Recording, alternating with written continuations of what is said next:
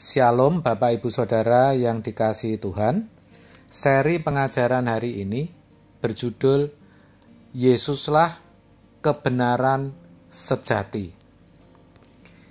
Kebenaran di sini yang dimaksud bukan kebenaran menurut manusia, melainkan kebenaran di dalam Tuhan Yesus. Seperti yang dituliskan dalam Yohanes 14 ayat 6. Kata Yesus kepadanya, "Akulah jalan dan kebenaran dan hidup. Tidak ada seorang pun yang datang kepada Bapa kalau tidak melalui Aku."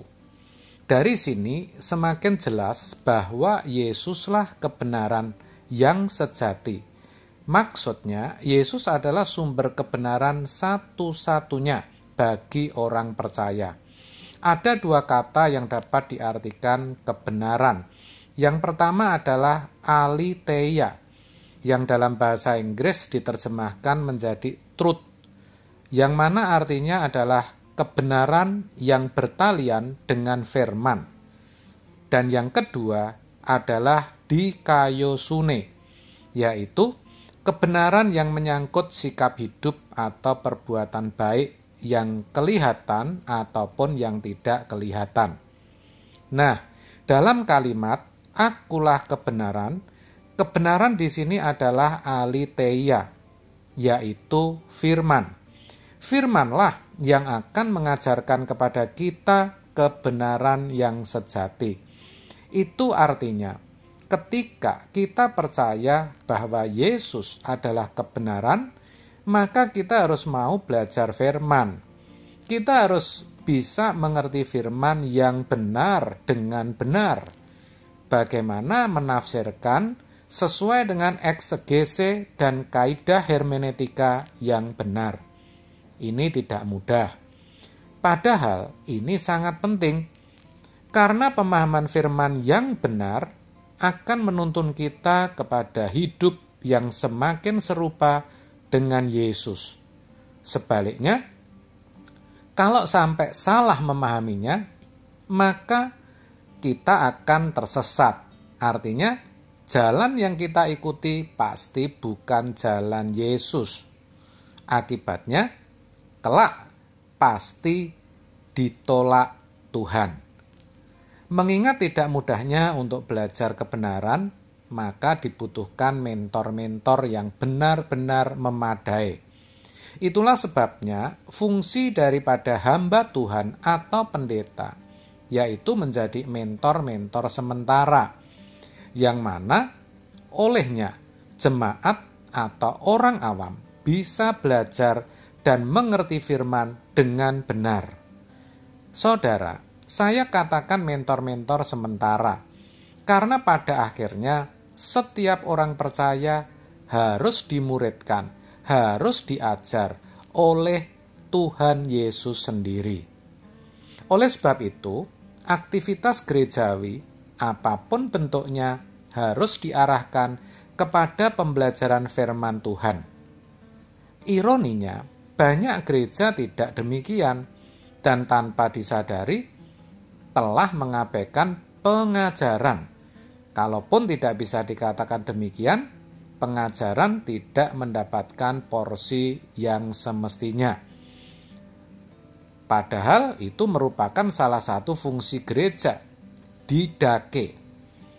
Di dalam bahasa Yunani, ya, dikatakan didake itu mengajar, seperti tertulis dalam Kisah 2 ayat 42, yang merupakan sinonim kata doktrin.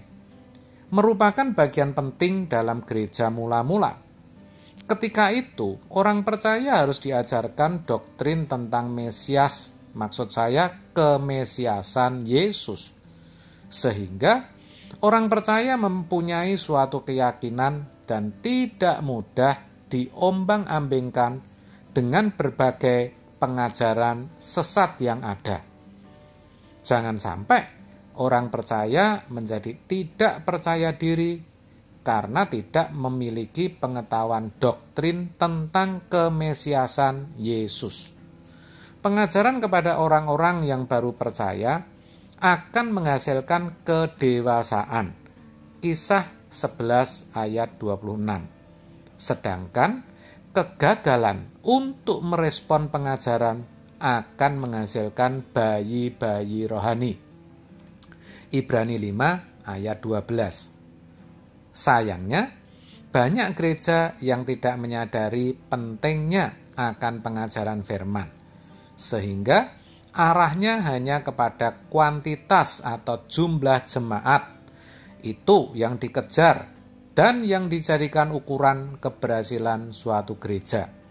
Semakin banyak jumlah jemaatnya, semakin banyak kegiatannya, semakin banyak fasilitas yang dimilikinya, semakin besar gerejanya, maka akan dipandang sebagai gereja yang berhasil. Padahal harusnya tidak demikian. Jadi tidak heran aktivitas atau kegiatannya lebih tertuju kepada entertainment atau hiburan. Bagaimana jemaat bisa nyaman dan mau aktif ke gereja, sehingga akan menambah persembahan. Memang tidak semua gereja seperti ini, saudara. Saya ulang, tidak semua gereja seperti ini. Tetapi sekarang banyak gereja yang seperti itu. Maka hati-hati, saudara. Mungkin saudara berkata, tapi Pak, di gereja saya ada pengajarannya kok. Ada Bible study. Oh, itu bagus.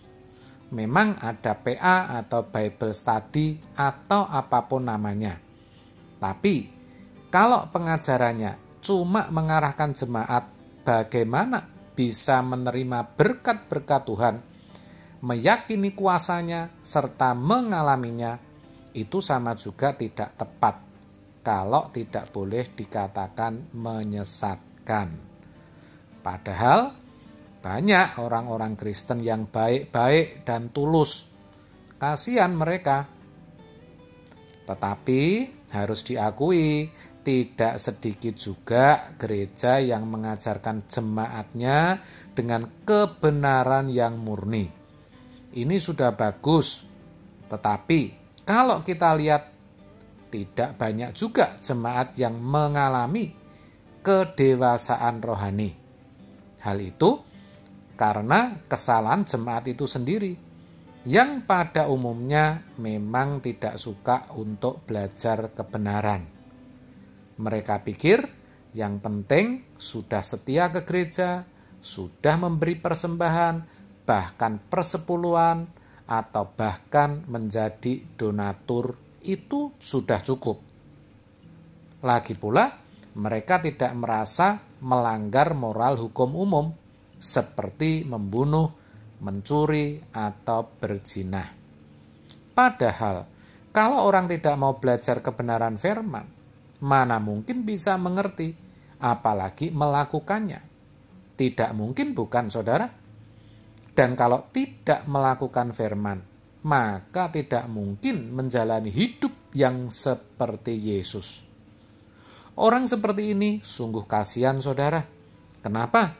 Karena secara lahiriah mereka menjalankan ibadah, tetapi hakikatnya mereka memungkiri kekuatannya. 2 Timotius 3 ayat 5. Jauhilah mereka, kata Alkitab. Begitu. Ya saudara, artinya apa? Jangan dicontoh orang yang seperti itu, karena kelak pasti ditolak Tuhan. Nah, sekarang kita jadi tahu bahwa kalimat akulah kebenaran dalam Yohanes 14 ayat 6 itu maksudnya kalau kita mau mengikuti jalan Yesus, kita harus mau hidup dalam kebenaran firman-Nya. Untuk itu tidak ada cara lain kecuali kita terus belajar firman yang benar dengan cara yang benar dan tentu sesuai kapasitas kita masing-masing. Percayalah, Roh Kudus pasti menolong saudara. Amin. Tuhan Yesus memberkati.